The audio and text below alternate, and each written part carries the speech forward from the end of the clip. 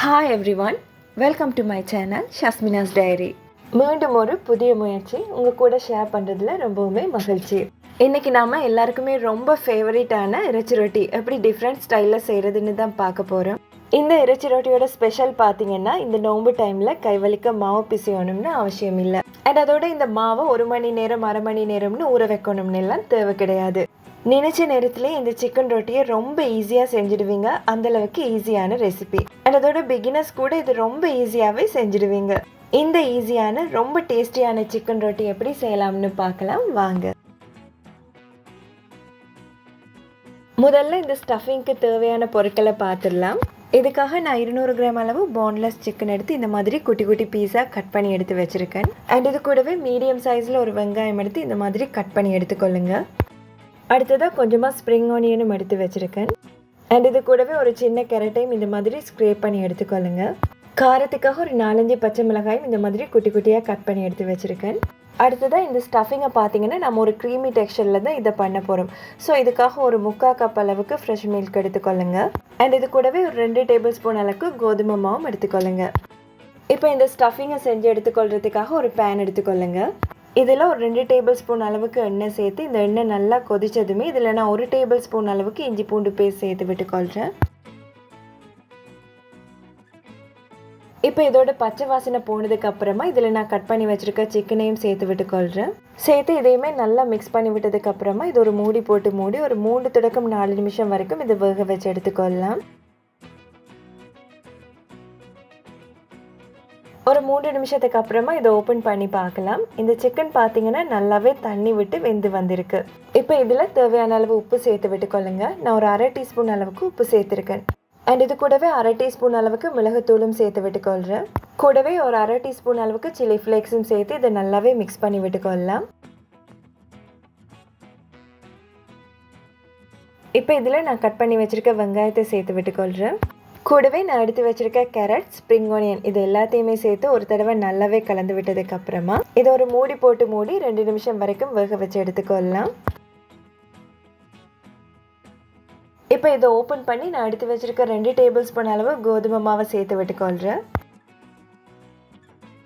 இப்போ இதையுமே சேர்த்து ஒரு தடவை நல்லாவே கலந்து விட்டுக்கொள்ளலாம்.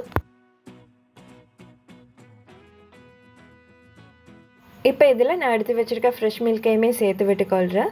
சேர்த்து இதையுமே ஒரு தடவை நல்லாவே கலந்து விட்டுக்கொள்ளலாம். இப்போ பார்த்தீங்கன்னா இது ஒரு க்ரீமியான டெக்ஸ்சர் வரும் வரைக்கும் இது நல்லாவே கலந்து விட்டுக்கொள்ளுங்க. அதாவது பார்த்தீங்கன்னா இது ரொம்ப டைட்டாகவும் இல்லாமல் தனித்தன்மையும் இல்லாமல் ஒரு க்ரீமியான பதத்துக்கு இருக்கணும். ஸோ அந்த ஸ்டேஜ் வந்ததுமே ஸ்டவ் ஆஃப் பண்ணி விட்டுக்கொள்ளலாம். அதாவது இந்த பதத்துக்கு இருக்கணும். ஸோ அவ்வளவுதான், நம்மளுடைய ஸ்டஃபிங் சூப்பராகவே ரெடி ஆகிடுச்சு. இப்போ இது ஒரு பவுலுக்கு மாற்றி விட்டுக்கொள்ளலாம்.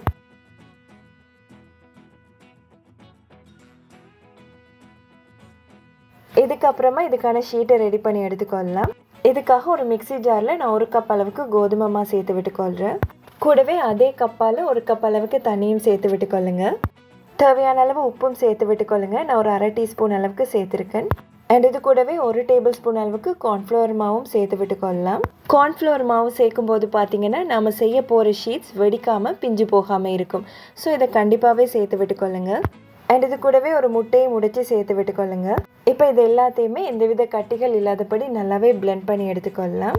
அடுத்ததாக இதுக்கான ஷீட்ஸ் செய்யும் போது பார்த்தீங்கன்னா இந்த ஷீட்ஸ் ரொம்ப ஸ்மூத்தாக பர்ஃபெக்டாக வரதுக்காக இந்த மாதிரி பிளெண்ட் பண்ணினதுக்கு அப்புறமா இது ஒரு ஸ்ட்ரெயினர் வச்சு வடிச்சிங்க அப்படின்னா இது உங்களுக்கு ரொம்பவே ஹெல்ப்பாக இருக்கும். இப்போ இந்த மாவோட பதம் பார்த்தீங்கன்னா இந்த பதத்துக்கு இருக்கணும். அதாவது நம்ம தோசையெல்லாம் கரைப்போம் இல்லையா, அதே பதத்துக்கு இருக்கணும். அதாவது ரொம்ப தண்ணித்தன்மையும் இல்லாமல் கட்டித்தன்மையும் இல்லாமல் இந்த மாதிரி இருக்கணும். இப்போ இந்த ஷீட்ஸை ரெடி பண்ணி எடுத்துக்கொள்கிறதுக்காக ஒரு பேன் எடுத்து அதில் கொஞ்சமாக எண்ணெய் சேர்த்து இந்த மாதிரி எண்ணெயை துடைச்சி விட்டுக்கொள்ளுங்க.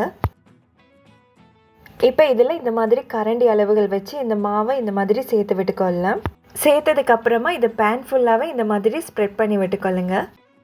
இப்போ இதை மீடியம் ஃப்ளேமில் வச்சு குக் பண்ணி எடுத்துக்கொள்ளலாம்.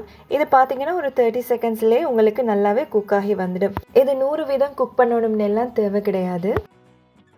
இது கொஞ்சம் வெந்து வந்தாலே போதும். இப்போ இதை நாம் வெளியில் எடுத்துடலாம்.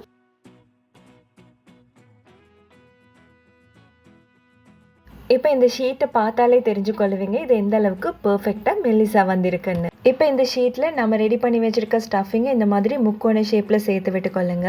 அதாவது நான் இந்த வீடியோவில் காட்டுற மாதிரி சேர்த்து விட்டுக்கொள்ளுங்க.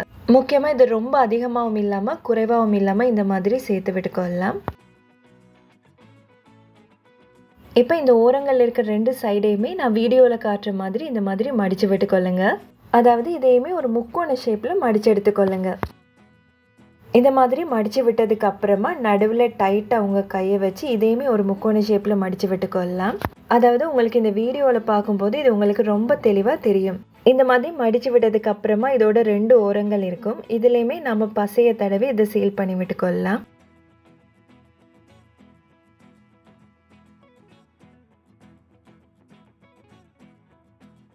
ஸோ அவ்வளோதான், முக்கோண ஷேப்பில் இந்த ரொட்டியை சூப்பராகவே ரெடி பண்ணியாச்சு. பிகினர்ஸுக்காக இதை இன்னொரு தடவை செஞ்சு காட்டுறேன். இதே மாதிரி பேனில் கொஞ்சமாக எண்ணெய் சேர்த்து துடைச்சி விட்டுக்கொள்ளலாம். இப்போ இதில் ஒரு கரண்டியால் மாவை சேர்த்து இந்த மாதிரி சுற்றி விட்டுக்கொள்ளுங்க.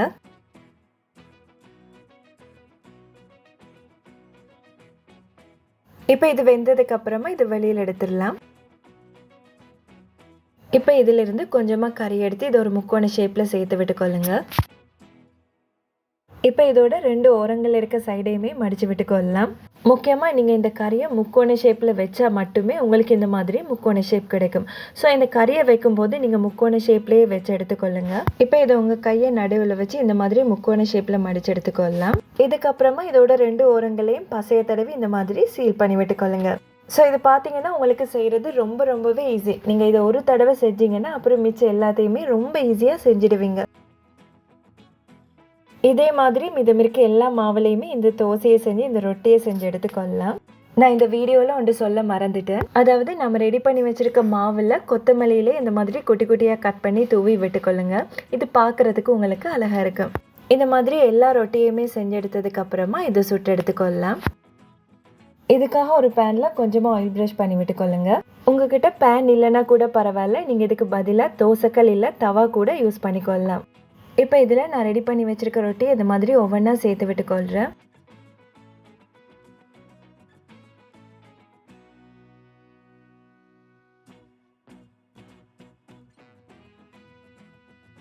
இப்போ ஒரு சைடு நல்லா வெந்ததுக்கு அப்புறமா அடுத்த சைடும் திருப்பி போட்டு விட்டுக்கொள்ளுங்க.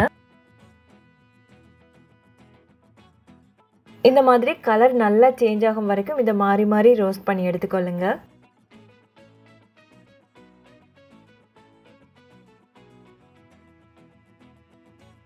இந்த மாதிரி 2 சைடுமே நல்லா ரோஸ்ட் ஆகி வந்ததுக்கு அப்புறமா இது மேலே நான் கொஞ்சமாக சீஸ் தூவி விட்டுக்கொள்கிறேன். கூடவே கொஞ்சமாக சில்லி ஃப்ளேக்ஸும் தூவி விட்டுக்கொள்ளுங்க.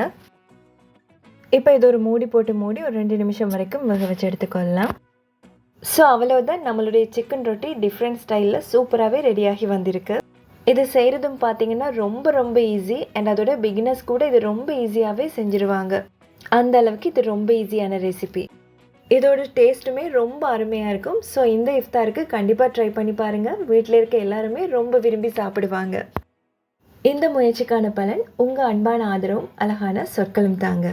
முயற்சி செய்கிறவங்களுக்கு கை கொடுக்கணும்னா உங்கள் அன்பானவங்களுக்கு ஷேர் பண்ணுங்கள், தோள் கொடுங்க. இதே போல் மீண்டும் ஒரு புது முயற்சியில் முடிந்தால் சந்திப்போம். அதுவரை மகிழ்ச்சியாக வாழ்வோம், முடிந்தால் வாழ வைப்போம். பாய் பாய்.